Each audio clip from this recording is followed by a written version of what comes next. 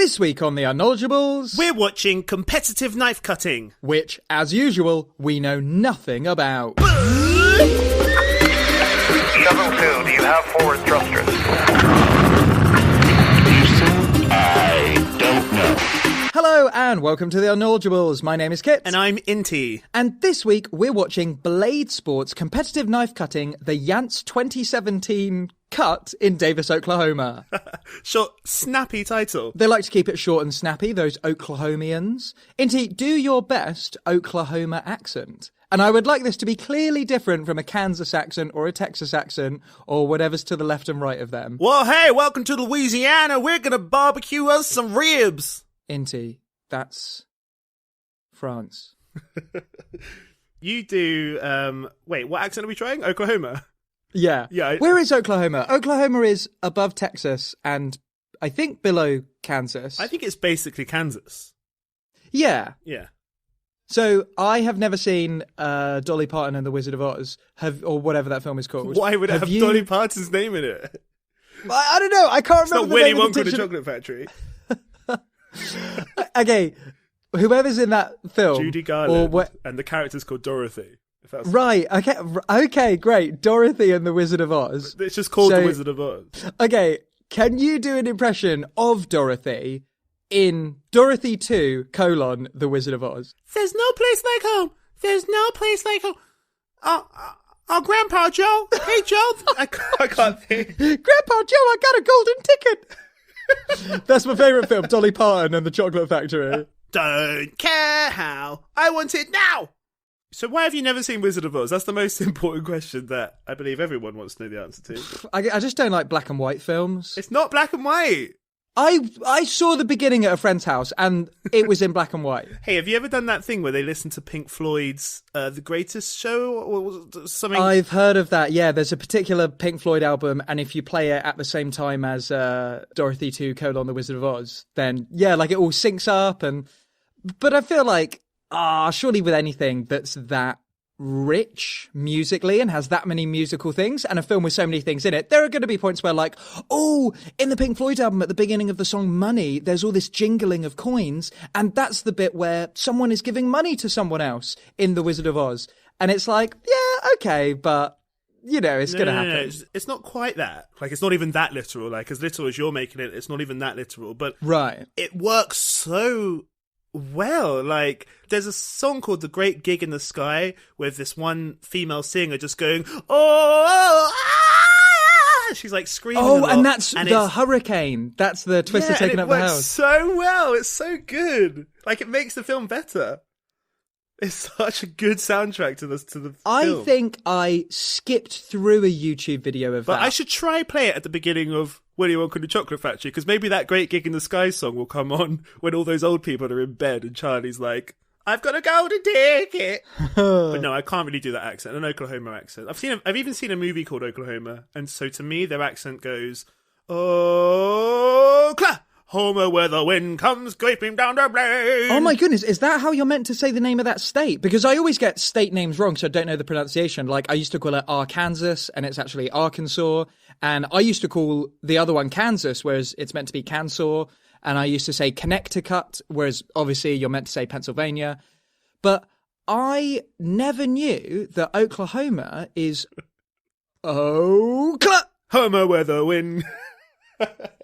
You have to merge it into the following word that you say. We were driving across America and we went through Oklahoma and it was really nice, and then we went through that to Kansas. I was watching The Simpsons and there was a bit where they drove to Oklahoma and Homer was driving. I'm thinking of buying more property south of Kansas, so it will be an Oklahoma. I buy a home again. So, Inti, what do you know about competitive knife cutting? And presumably, this is going to be people using knives to cut things rather than competitively cutting knives with... I don't know what you would cut a knife with. Other knife. A diamond? If you wanted to cut a knife in half? Chainsaw? I don't know. This was a suggestion that you came up with, and so you sent me a link and a video, and so in preparation for this episode of the Unknowledgeables, I didn't look at the link or the video. Solid Actually, preparation. Yeah, I had no idea what knife cutting is. In my head, as soon as I saw the words, I thought, oh, is that like that old circus game where somebody would stand up against like a bullseye board with an apple on their head and someone would throw knives and like hit the apple?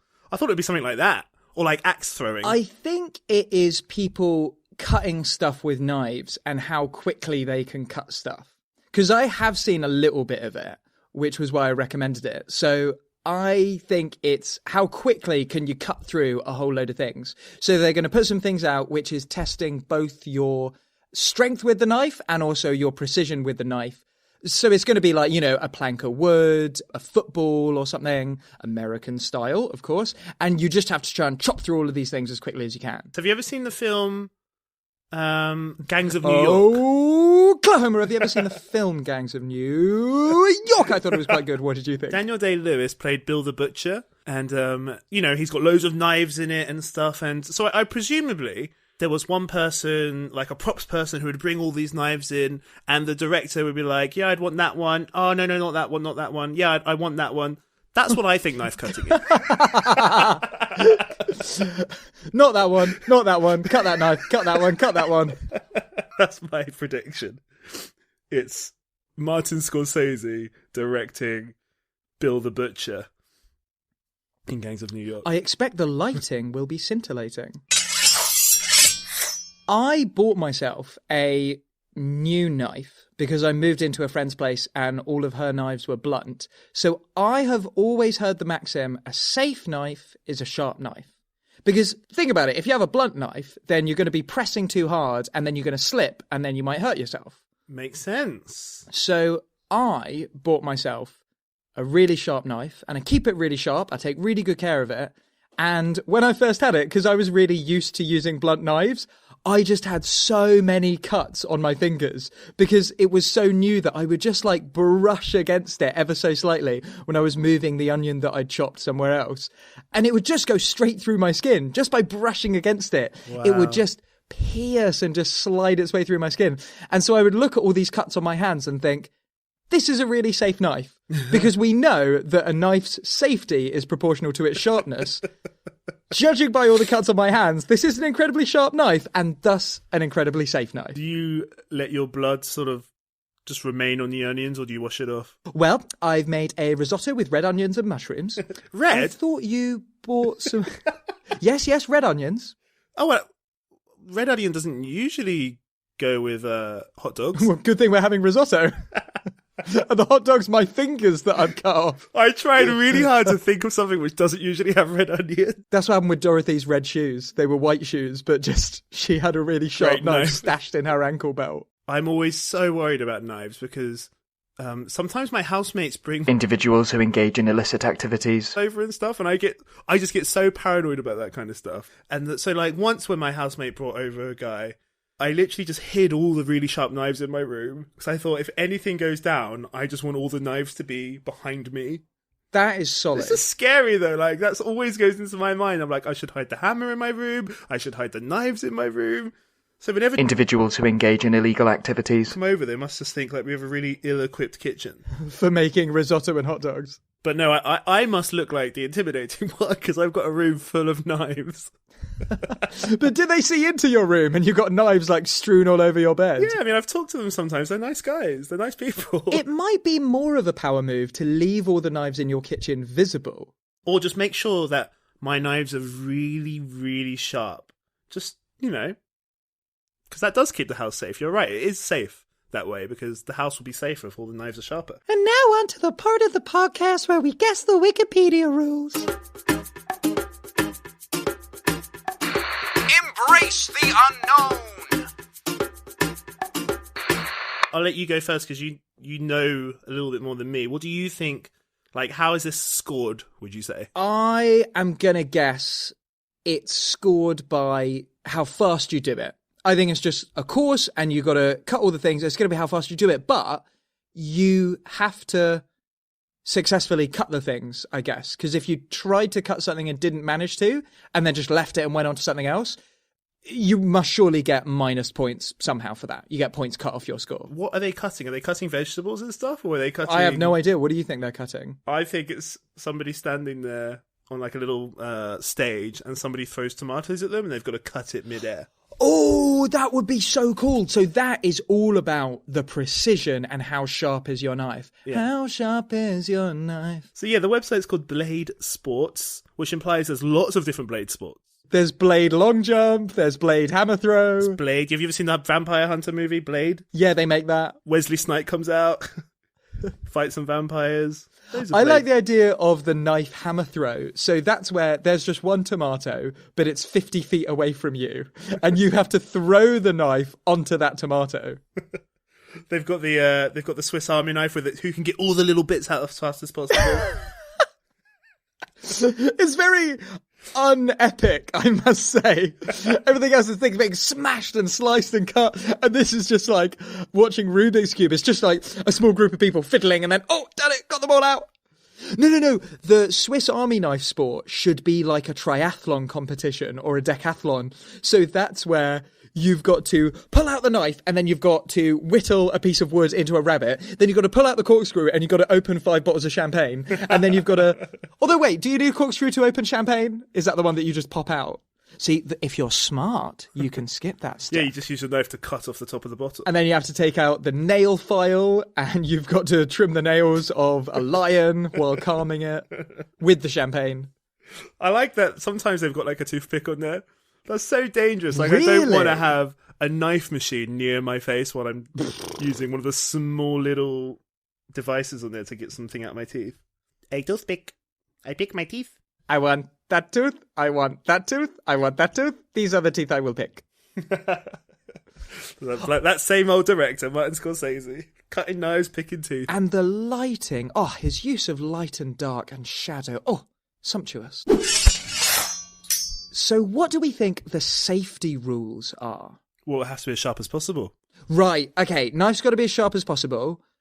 I don't know, everyone's got to stand really far away from you while you do it. Do you think it's the kind of thing where you have to wear goggles? I think you're not, like, no running with scissors, don't run, walk very deliberately, but don't run. Oh, yeah, so you and I are going to be assessing people on how deliberately and carefully they walk. Walk with purpose. Enter the scene with purpose. Imagine, like, the cutting's like, and like the next little bit that they've got to cut is maybe 100 meters away. So it's like, and then slow, deliberate, walking. Careful.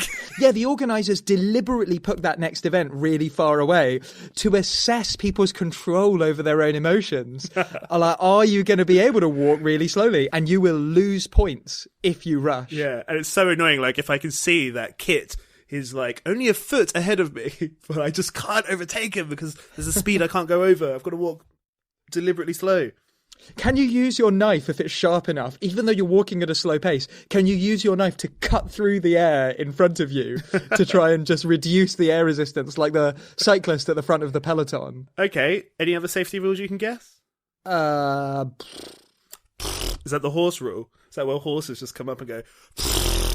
I discovered just today the word for that in Spanish because the word was resoplido. And I looked it up on Google Image Search, and Google Image Search shows you that resoplido in Spanish means... Or horse. But how do we say that in English? We don't have one word for that. It's like a huff and puff. Why are you huffing and puffing? But I would say a huff and puff could also be like... like specifically that kind of flapping your lips... We call that lip trills in singing. Right. That thing. Or as the Spanish would go... No estoy en Kansas ahora. Knowledge makes the heart grow stronger. Safety rules. All competitors must sign a release of liability prior to each event. We didn't get that one. Apparently only one knife will be unsheathed at a time. Ah, that is a good rule. That's a good rule. Unless directed by Martin Scorsese. Oh, no. Unless directed by event officials, who we all know is just going to be Martin Scorsese. And the use of dark and light to create a real sense of mystery. Cutting knives and picking teeth. I want that one. I want that one. Any infraction posing a threat to spectators, officials, or other cutters, or the cutter themselves, will result in immediate disqualification, and they will receive 0 points at the end. I'm sad they didn't mention running, but now that makes me believe this is going to be loads of sprinting. All right, on to knife specifications. What do you think the maximum blade length of the knife is? So this is in inches, just the metal sharp pointy bit. 15 maximum? No, that is... See, I think that sound, that lip trill, I think we should call it a horse snort. Because if you say a horse snort, I think people will imagine that thing that horses do where they go, nay. But I feel like you naturally said lip trill. You're like, I think that lip trill, and you said it really confidently as lip trill, so I just think that points to you already thinking it's called lip trill. So... Inti, the maximum blade length is 10 inches, so just under a foot, but still, that is an enormous blade. If you think the length of your shoe is about a foot, it's about 12 inches the length of your shoe. So that is a blade, not including the handle. The whole blade could be as long as your shoe. All right, so on to our final section, event types and procedures. There's 4 event types. Event type 1, the 2x4 speed cut. So I think this is a 2x4 as in a plank of wood that is a 2x4. I think it just means 8. Man, bladesports.org have got such a roundabout, circuitous way of saying things. And what do you think a 36 foot by 36 foot means? Come on, I did my math. The maximum length of the blade must be no more than 20 times 3 divided by 6. Oh, event type 2 looks crazy. So free hanging rope cut. So that means you have to get hung. So you like an old-fashioned hanging, but you've got a knife, and that's the only way you can save yourself. And again, wow! That's amazing! Then you've got event type 3, the multi-station course cut. So this is running. Like, you're at Elephant and Castle Station. You've got to cut some things. You've got to sprint over to Euston. And single station multi-cut event is similar to what Martin Scorsese would do, where he would be at a table and be like, I don't want that knife. I don't want that knife. And I don't want that knife. The way, the dimness of the scene. Oh, masterful. Event officials will inspect all knives prior to the start of the competition. A cutter may sharpen their knife between separate events, but not during an event between cuts. One official will start each cut. So if they've got a tomato, an official will come and just do a little just to get it started. Because otherwise, no matter how sharp your knife is, it keeps sliding off the really round tomato. You know what? Is there anything else to look at? I think we're ready to watch this video. We are ready to watch the Blade Sports Yance Cut 2017 in Davis, Oklahoma. Now on the time to watch the video. As the mysterious ebbs away, the unknown endures. This is like a child having a tantrum. So there was a massive plank of wood. He just smashed into it, hacked it to pieces. Then there was a few ropes. He cut through them. Oh, tennis balls now? This is so violent. And then there was a whole line of bottles of water. Plastic bottles of water, about 10 plastic bottles of water all in a line. And just with one swing of his massive knife, just cut through all of them. What it looks like is imagine a kid who's so angry just walking from one piece of furniture to another and just hitting it a few times and then going on to his next piece of furniture. Because it looks really deliberate. I gotta give him points for walking with purpose. Yeah. We were so unimaginative with what they could cut. Like, I didn't realise they'd utilise water bottles and tennis balls. So here's competitor number 2. He is a man with a beard in a straw hat. Why do I feel like there's nobody watching this? Oh, because I don't think anyone wants to be close enough to be hit by any shrapnel or splinters. All right. Well, the second contestant is wearing a hat. I think he's a quiet-looking guy. He's an accountant kind of guy. Yeah, wow. No, he's taken out all his anger. Oh, when they wouldn't let me use the photocopier and had to copy it by hand. Oh! Oh, wow, it looks like such a tantrum. I've got to recommend this whole video to watch. This is amazing. I just think it's so funny who made this event like some really bitter child. Every time they do the bottles, it's so much like a kid just going, no! Because it's the same motion as when in the movie someone is having a breakdown scene and they sweep everything off a shelf.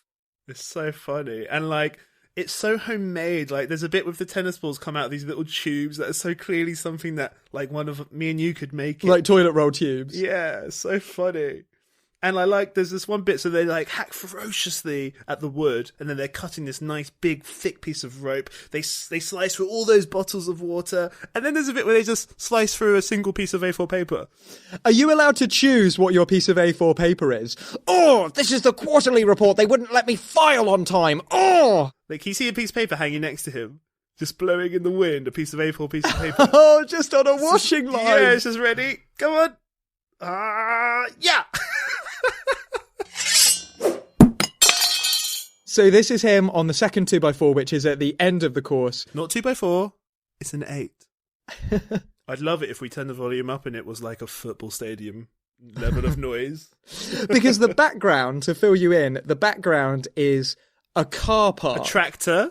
It's a car park with trees around it. A gazebo. On a nice hot day in Davis, Oklahoma, I must say. Sorry, I didn't quite understand. What a nice hot day where? In the... You mean in the... Oklahoma car park. Why do you think some of them go for the hand behind the back technique? It's obviously not a showing off thing. They're like, look what I can do. Because it only takes one hand to do it. So what else could it be for? It might be just safety to put your other hand behind your back. Because if you have your other hand out to the side for balance, then, yeah, you might just overswing and cut yourself. I think Luke Skywalker could learn a thing or two. Oh, because Luke Skywalker kept missing the tennis balls. Use the 2x4, Luke. You mean the 8, Master Kenobi? No, not the 8. Yes, give in to your dark side. Call it an 8. Execute order 2x4. 4x2 it is. Execute order 33 times 2. all the henchmen are like, oh fuck. Which order is 3 times 2, that's 3 times. These all kind of look like sort of redneck cowboys, right? I suppose so. I feel like redneck is a little bit derogatory. Okay, bucked tooth hillbillies. That earns you a lip trill.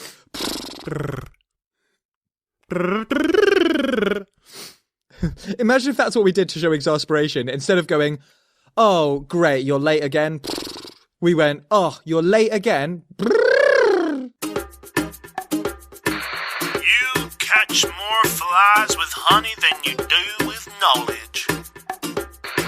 All right, so that's the end of the video. That was the Blade Sports Yance Cut 2017 in Davis, Oklahoma. Wendy, would you think you would like to try knife sports? Yeah.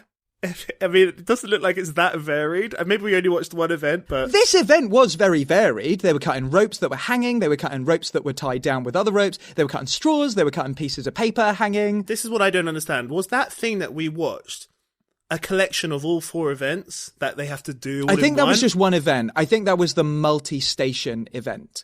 Because they were going round all these different stations. They were cutting the quarterly report in half. They were cutting the straws that Dave from the office doesn't clean after he's used them. They were just taking out all of their accountant frustrations in these multiple stations. I see. See, I thought the bottles was the multi-station event because there was loads of them. And then, like, I don't know, the piece of paper was the singular station event because it was just one piece of paper. I think I would like to be able to switch hands in the middle of it. Well, I think you should be allowed. Although I think that's probably half the... Well, I think you should be a lad. Well, I think there's no place like home. I'm so glad I brought my knife to Oz. I'm so glad I brought my knife to Oz. Oh, man, Bolivian If you're accents are so hard. If you're speaking mainland Spanish, it would be the Wizard of Oz. The Wizard of Oz? El Mago de Oz. Directed by Martin Scorsese. Such a fantastic use of luth. Cutting knives and picking teeth. Thanks for listening to the show. If you enjoyed it, please subscribe. And if there's anything else you'd like us to watch And become less unknowledgeable about, send us a link on Twitter at The Unk Podcast. that's at THEUNK podcast. And if you're hungry for more kitten inty, I've got a musical rom-com called Love Pill the Musical. And I have a feminist sketch show called The Second Sketch. And you can find them wherever you listen to podcasts. See you next time! Grab a knob, grab a knob, grab a knob, grab a knob.